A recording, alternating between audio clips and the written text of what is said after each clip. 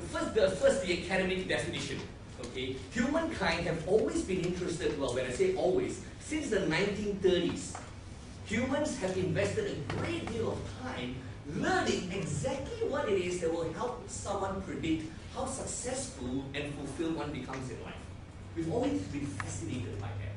You see, if you look at our academic, our schooling experience, it's very much focused often in the field of developing our cognitive intelligence.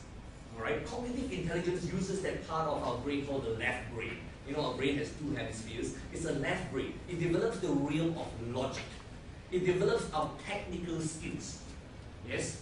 So our schooling system has a significant emphasis on developing that part of our capability, our knowledge. And especially over the last 10 years, that emphasis has grown even more significantly. Would you agree? Yes? Even more than ever today in Australia. I've been here for nearly 30 years now. But I've seen the pressure on children to succeed and to get those grades have increased significantly. Yes? But since the 1930s, research has conclusively indicated that IQ alone is an inadequate predictor of how well humans perform. And in 1990, the word emotional intelligence was first coined by a couple of professors from Harvard University in the US. And Salome and Mayer say, here's what emotional intelligence is. It's a form of social intelligence. Intelligence about relationships. Working effectively with people. Okay? That involves the ability to monitor one's own and others' emotions, to discriminate amongst them, and to use that as information to guide one's thinking and action. Now, it sounds a little bit academic, but importantly, the key point I want to emphasize is this. It is saying to us that the most important bit of information you need to have, that you want to master, that will determine how effective you are in life, is how you feel. And how other people feel. Using that information, you can pretty much gauge how effectively you will be. Because some emotions will help us achieve a certain amount of success, and some emotions don't.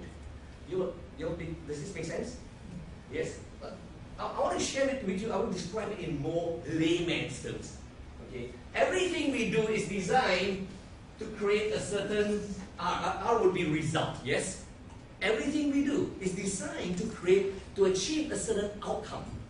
The reason you're here today, you have a certain result you want to achieve. The reason we sit for exams, you have a certain result you want to achieve. Yes? Now, our result is largely determined by what? By our, what do you think A is? Our actions, correct? Our actions, or the quality of our actions, will largely determine the quality of our results. Yes? And the important thing is this, very often, when we're not getting the result we want, yes, we tend to be very focused on our actions. So, if our children are not studying enough, they're not getting the grades we want, guess what? Our typical action is we might give them more instructions. Yes? We might enforce more rules. Yes? It's a very typical way we tend to react. We focus on the doing. We observe the doing and the action. And we conclude that if there's nothing to, and we either, sometimes we say we need to change the teacher. We need to change the environment. Right? We focus on the doing part. And the reality is this. The important thing about emotional intelligence is to be aware about what is it that affects our actions or our quality of action. And what is it is this. What's the word in F is? How we feel.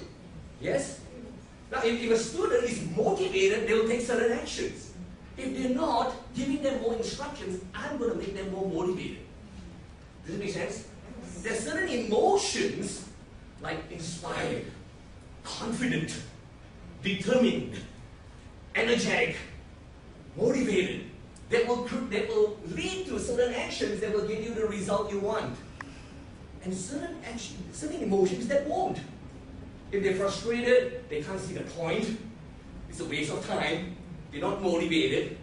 Yes? If they're bored, In fact, if they're just downright resistant because I'm sick of being told what to do, yes, chances are, if that's the feeling, you can give them as many instructions as you want, it's not going to get the result that you want. Does it make sense? So it's very important. Emotional intelligence is understanding, hey, why are they feeling that way? How can I turn apathy, frustration, fear to inspiration? Or boredom, yes, to inspiration, energy, passion. That's what emotional intelligence is. Understanding how to master emotional state. Success and fulfillment comes from being your very best. And being your very best comes from learning how to deal with so-called adversity. Because we should all agree that we all have challenges in life. Problems. Yes? And you know what? It's never about the environment.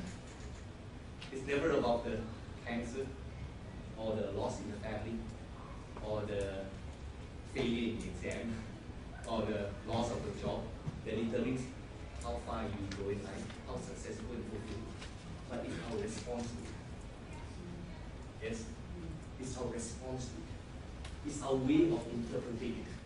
And here's one of the things I've learned in life. You're never meant to stay comfortable. There's no growth when you're comfortable. And joy comes from growing, being the best, being more wise, being more empathetic, being more of a leader, being more influential. Yes, in Daniel Goleman's model here, yes, he says our ultimate goal for us to achieve our full potential in our career, in our studies, in our finances, in our relationships with others, we want to get and master this. We want to have the skills to develop others, to create other leaders. We want to be the people that initiate the change, not just cope. We want to be the initiators.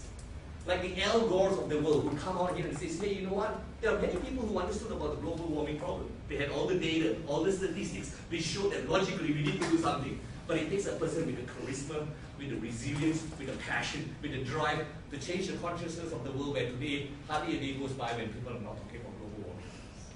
True?